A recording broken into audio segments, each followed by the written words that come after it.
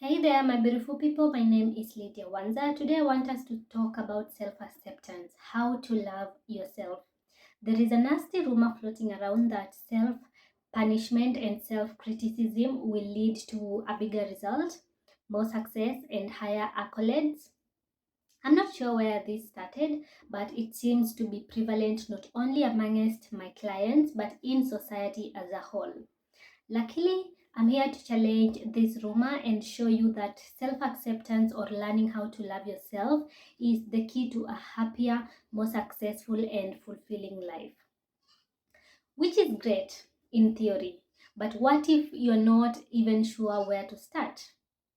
Luckily, I have 5 easy tips to get you started.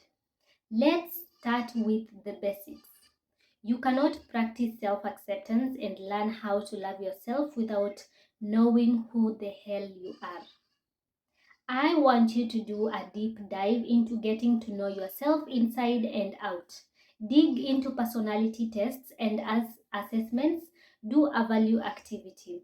Build in some time for reflection and figure out exactly what you want. Try to silence the voice of others in order to hear your inner voice. Get out of your comfort zone and take a risk. Force yourself to be vulnerable. All of these things will show you how you react in certain situations, what drives you, what scares you, what holds you up, and what excites you. The more you know about yourself, the closer you'll be to being able to accept and love yourself. The next step to self acceptance and learning how to love yourself is to start showering yourself with kindness as much as you possibly can. Like lean into your strengths whenever possible instead of focusing on your weaknesses. Whenever your strengths deliver a success, celebrate them. Every single one of them. When a mistake is made, learn from it and drop it. Avoid shaming yourself, criticizing, or any other form of punishment. Speak mindly to yourself as much as you can. Silencing your inner critic will be a huge impact. Not only must you incorporate kindness into your daily routine to practice self acceptance, but you must also make a concerted effort to eliminate rude or aggressive messages as well. Hear me when I say you are doing the best you can. If you can live life with that mentality, it's going to be so much easier to give yourself a break and offer kindness, support, and forgiveness at every turn. Learning how to love yourself does not happen overnight, but it grows day by day. So the little things matter.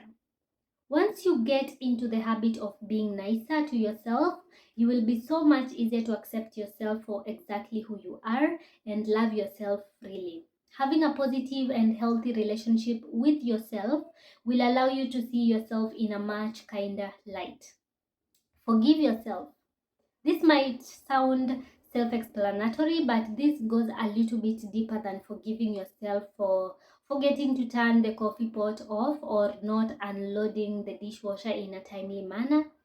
Instead, I want you to forgive yourself for the big things.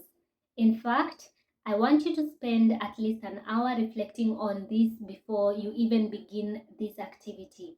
So dig deep. What is the mistake that keeps aching you? Is there something you are deeply ashamed of or afraid will repeat again? Do you feel as if you cannot trust yourself? What is holding you back? Sit and reflect with these questions.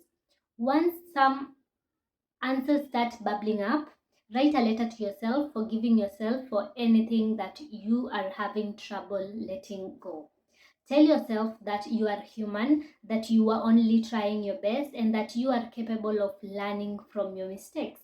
Tell yourself that you are actively trying to improve every single day, which is an incredible accomplishment for anyone.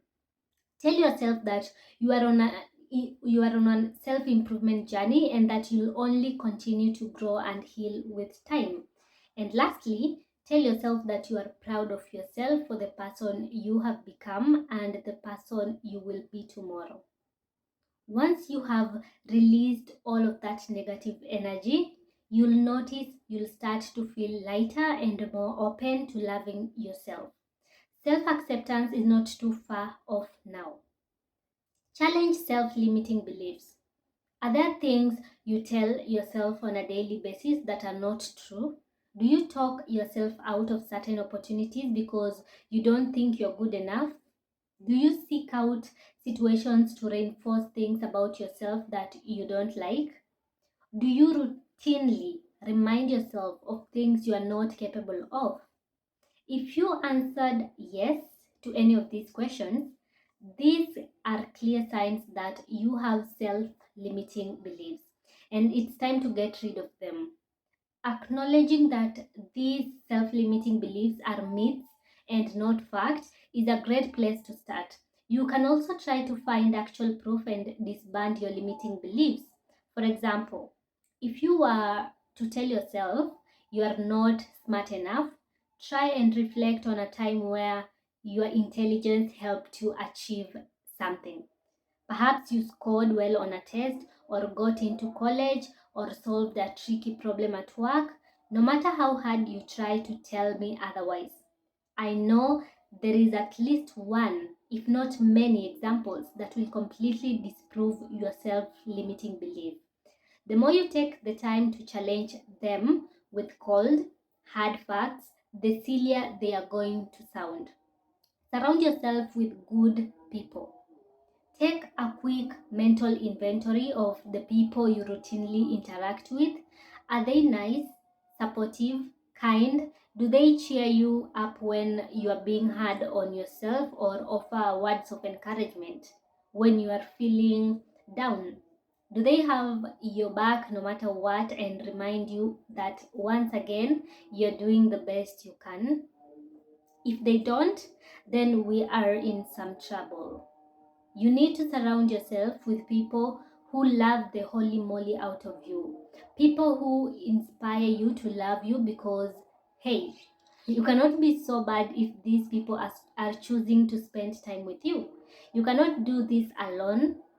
Learning self-acceptance and how to love yourself can be a long, sometimes grueling journey, and you need support to get you there.